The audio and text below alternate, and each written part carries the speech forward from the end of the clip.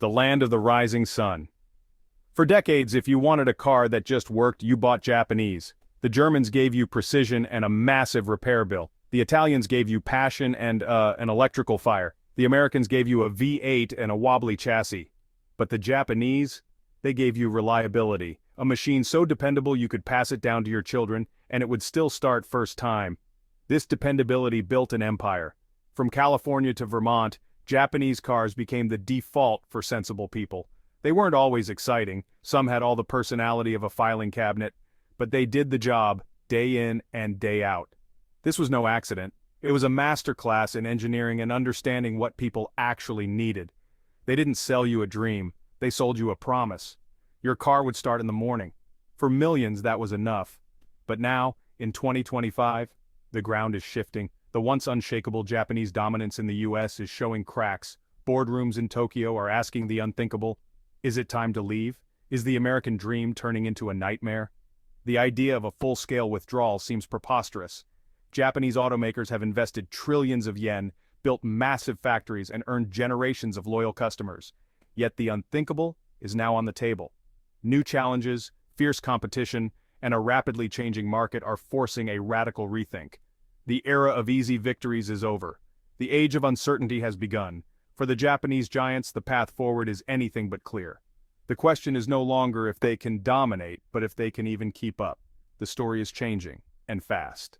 Let's rewind to the 1970s. American cars were enormous, guzzling gas like there was no tomorrow until the oil crisis hit. Suddenly, Americans needed something smaller and more efficient. Enter Japan, with humble cars like the Honda Civic and Toyota Corolla, small, light, and fuel-sipping. Detroit laughed, but Americans bought Japanese cars in droves because they were cheap to run and astonishingly well built. These cars didn't rattle or leak, and word of mouth spread fast. While Detroit tried to make their land yachts less thirsty, Japan perfected mass-produced quality. Concepts like Kaizen, continuous improvement, meant every car was better than the last. Reliability became their calling card. Your Ford might be in the shop, but your neighbor's Toyota just kept going. By the 1980s and 90s, Japan's conquest was complete. They launched Lexus, Acura, and Infiniti, luxury brands that rattled the Germans. They offered everything: family sedans, SUVs, and luxury cars, all with bulletproof reliability. Japanese brands weren't just in the American market, they were dominating it. They set the standard for quality and value. The American driveway became their home turf, but empires don't last forever. The golden age of Japanese dominance is rusting. Costs are soaring, raw materials, labor, everything. Japanese efficiency used to mean cheaper, better cars. Now, that edge is gone. Building cars in America is expensive. Wages, benefits, and union pressures eat into profits. What was once a clever strategy, building cars where you sell them, has become a financial burden. Healthcare, electricity, and every other cost is rising. Then there's the regulatory maze: safety, emissions, fuel economy, rules that change with every administration. Automakers must constantly re-engineer cars to keep up, adding complexity and expense. For foreign companies, it's even harder. They must meet US standards and those of every other market. A small change in US regulations can trigger a costly global redesign. This constant churn drains resources and stifles innovation. Money goes to compliance, not better cars. The simple business of selling a reliable sedan is now a bureaucratic obstacle course. The old playbook no longer works. The cost of staying in the game keeps climbing. Rising costs are bad, but global trade shifts are worse. The era of smooth international trade is over. Protectionism and tariffs are back.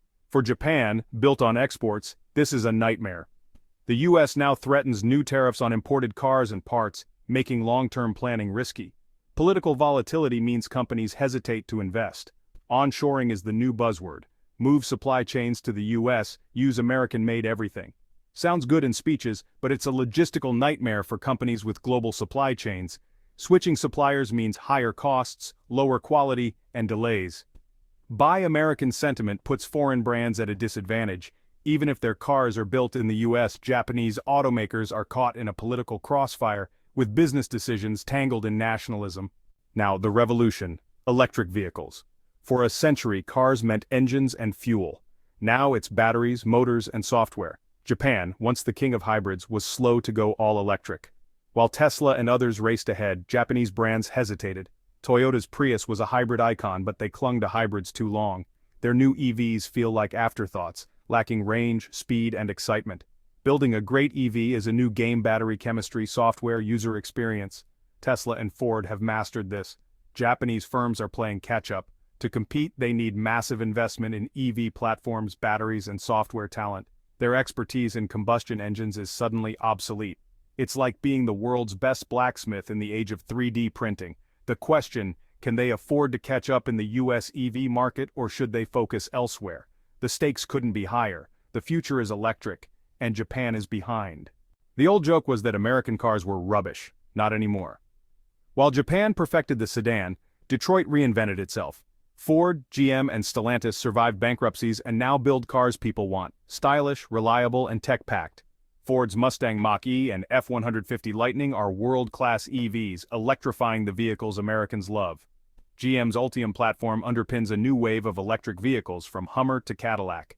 Detroit is now nimble, aggressive, and determined to win the EV race. For Japan, this is a massive problem. They can't rely on American mediocrity anymore. US brands compete on design, tech, and performance, and know how to market to American pride.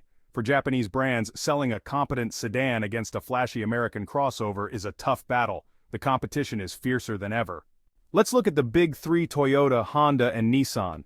Toyota was invincible. The Camry and RAV4 were kings, but their slow EV pivot has left them scrambling to catch up. The market is shifting to trucks and SUVs, Detroit's stronghold, and Toyota's lineup feels behind. Honda, once the master of fun, reliable cars, has grown conservative and slow to embrace EVs.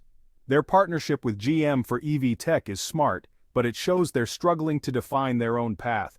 Market share is slipping. Nissan's story is a warning. They pioneered EVs with the Leaf, then stalled.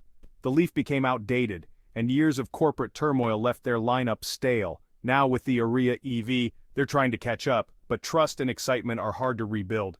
Each faces an existential crisis. The strategies that worked for decades are failing. The market, technology, and competition have all changed. They must adapt or risk irrelevance. The pressure from Japan is immense as profits shrink. The clock is ticking.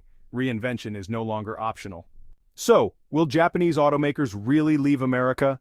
A total exit is unlikely. The market is too big and important. But a strategic retreat is possible, dropping slow-selling models, consolidating operations, and focusing on profitable niches. They might concede the EV race for now, sticking to what they do best. Or they could fight, embracing EVs, transforming into software-driven companies, and taking bold risks. Japan's engineering spirit shouldn't be underestimated. The companies that built the Lexus LS and Honda NSX can build world-beating EVs, if they commit. The future isn't a simple yes or no, it's a story still being written. Will they fade into irrelevance or rise to the challenge and reinvent themselves? The next decade will be a bare-knuckle fight in the American auto market, and I, for one, will be watching with a very large bucket of popcorn.